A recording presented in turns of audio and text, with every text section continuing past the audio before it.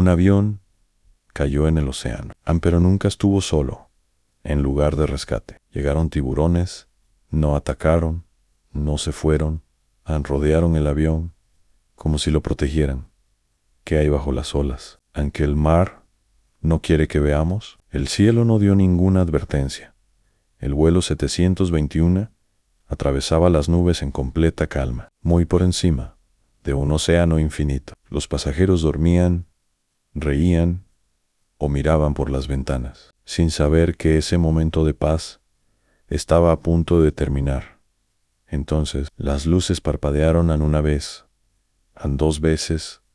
Una vibración profunda recorrió el avión en algo. No estaba bien. En la cabina, el capitán Elias Mercer se tensó al instante en el motor izquierdo.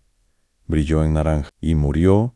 En las alarmas estallaron. «Folia du motor», dijo el copiloto, con la voz apretada antes de completar cualquier procedimiento. El segundo motor se apagó. El avión comenzó a caer en la cabina de pasajeros. El estómago se elevó. Las conversaciones se detuvieron. El miedo se propagó en silencio. Un niño comenzó a llorar. Las azafatas avanzaron rápidamente, fingiendo calma.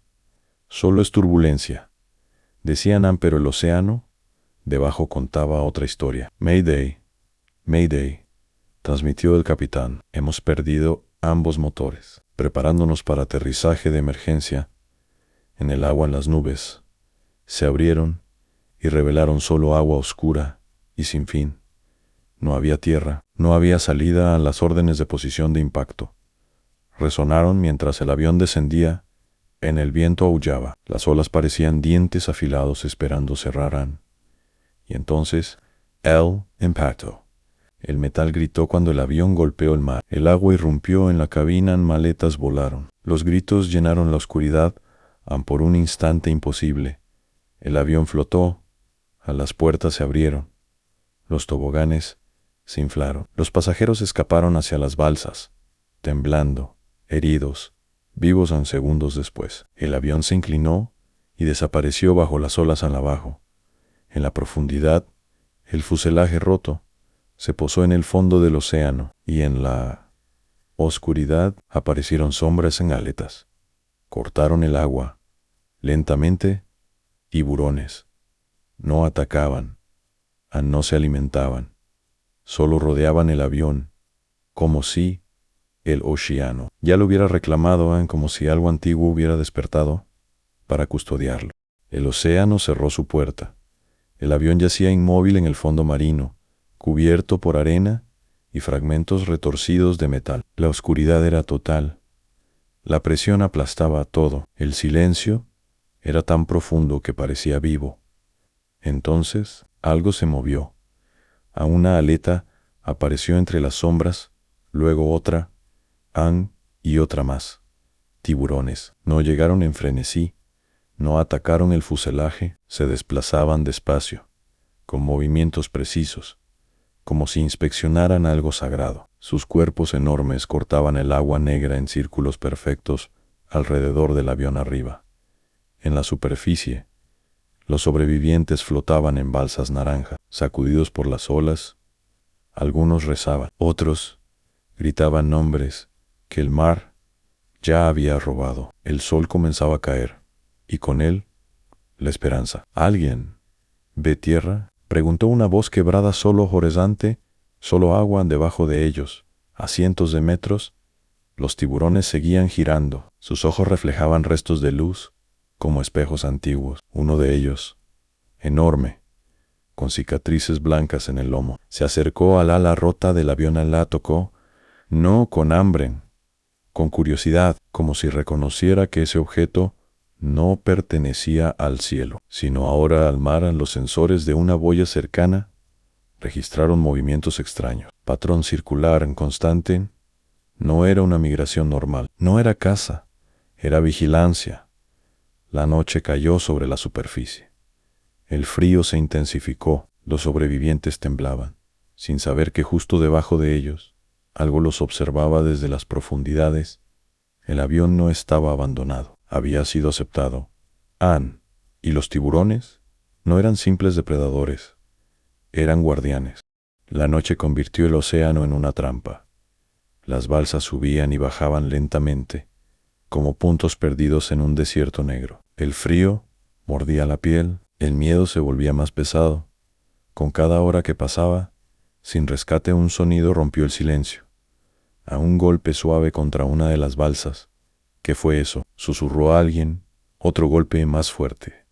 Las manos se aferraron a las cuerdas. Nadie quería mirar al agua, pero todos lo hicieron a nada. Solo oscuridad debajo de la superficie.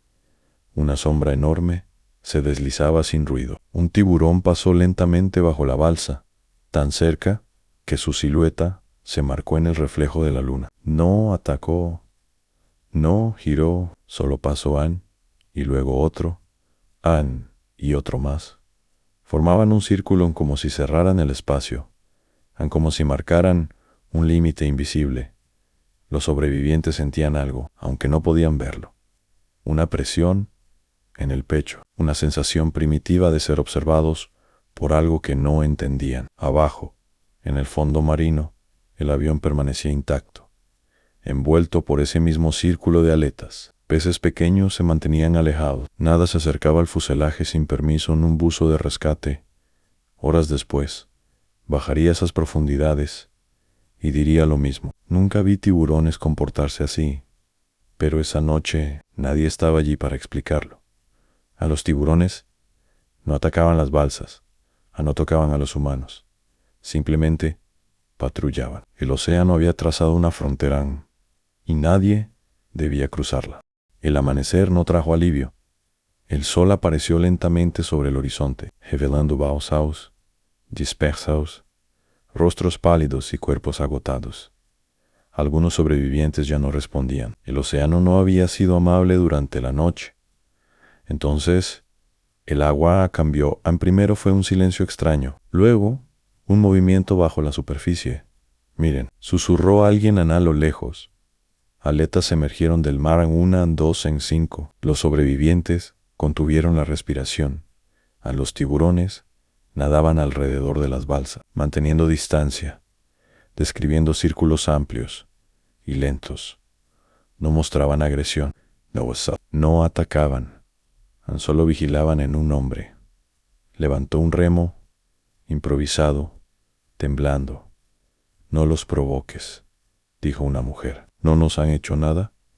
Y era cierto. Cada vez que una balsa se alejaba demasiado del punto donde el avión había caído, los tiburones se acercaban un poco más. No talk about. No mordían, advertían, como pastores silenciosos del mar, debajo de ellos. El avión seguía entero, cubierto de sombras. Los tiburones más grandes se turnaban para patrullar el fuselaje, pasando junto a las ventanas rotas, rozando el metal con sus cuerpos. El océano había tomado una decisión. Ese lugar no debía ser abandonado. Ese lugar debía ser protegido, y los humanos, sin saberlo, flotaban justo encima de algo que ya no les pertenecía. El segundo día comenzó con desesperación. El sol quemaba la piel. La sed era insoportable. Los sobrevivientes apenas podían hablar. Cada movimiento costaba energía que ya no tenían entonces. Una balsa se separó del grupo. La corriente la empujó lentamente hacia mar abierto. «Regresen», gritó alguien. «No se alejen». Pero no podían controlar la deriva debajo del agua. El cambio fue inmediato. Los tiburones dejaron su patrón lento y circular. Sus cuerpos se tensaron. Las aletas se inclinaron hacia la balsa, que se alejaba. No atacaron. Aceleraron. Dos tiburones se colocaron delante de la balsa. Otros nadaron por los costados. Uno golpeó suavemente la lona inflable. Un aviso en la balsa giró, empujada por el movimiento del agua y las corrientes creadas por los cuerpos enormes. Lentamente volvió hacia el grupo. Los sobrevivientes miraban en silencio absoluto. Nadie gritó, nadie se movió. Cuando la balsa regresó al centro, los tiburones se alejaron y retomaron su círculo amplio. Habían corregido el error, no con violencia, con control. Ese día, los sobrevivientes comprendieron algo aterrador. Los tiburones No estaban allí por casualidad. No eran una amenaza. Eran una frontera y nadie podía cruzarla. Al tercer día, el cielo cambió en nubes oscuras. Se formaron en silencio. El viento regresó. Las olas crecieron. El océano parecía impaciente.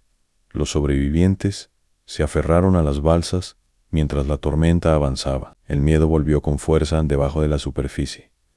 Los tiburones se movieron más rápido.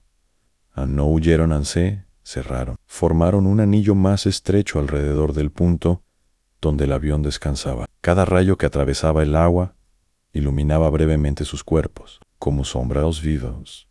La tormenta pasó. Las balsas seguían allí.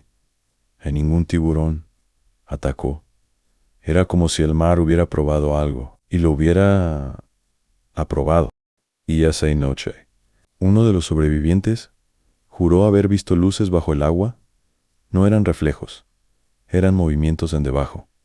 Peces luminosos rodeaban el fuselaje del avión. Los tiburones nadaban entre ellos, lentos, precisos, como centinelas antiguos. Un tiburón enorme, más grande que los demás, se colocó frente a la cabina destrozada. No entró, no mordió, se quedó allí vigilando como si protegiera un secreto que el océano no quería revelar. Al amanecer del cuarto día, un sonido rompió el aire en hélices, un helicóptero en gritos a lágrimas, brazos levantados. Los equipos de rescate descendieron cuerdas y comenzaron a subir a los sobrevivientes, uno por uno. Desde el Hero, los rescatistas notaron algo extraño. El agua debajo estaba inquieta, demasiado ordenada. Hay tiburones, muchos, dijo uno por radio, pero ninguno atacó.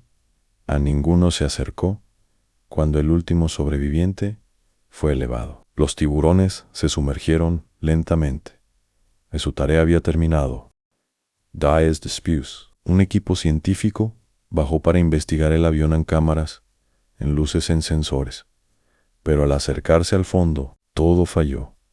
En las cámaras temblaron, en las luces se apagaron y en la oscuridad aparecieron las aletas en decenas. Los tiburones rodearon el equipo, sin tocarlo. El mensaje fue claro. El operador susurró: no quieren que estemos aquí. La misión fue cancelada. El avión quedó intacto, intocable. Hoy, el avión sigue allí. Abajo, no aparece en mapas oficiales, no figura en informes públicos, pero los pescadores lo saben. Los sensores lo detectan y los tiburones aún patrullan. No protegen metal, protegen el lugar donde el cielo cayó al mar, en donde el océano decidió guardar una historia que no debe ser perturbada, porque algunas cosas, cuando el mar las reclama, nunca deben ser recuperadas.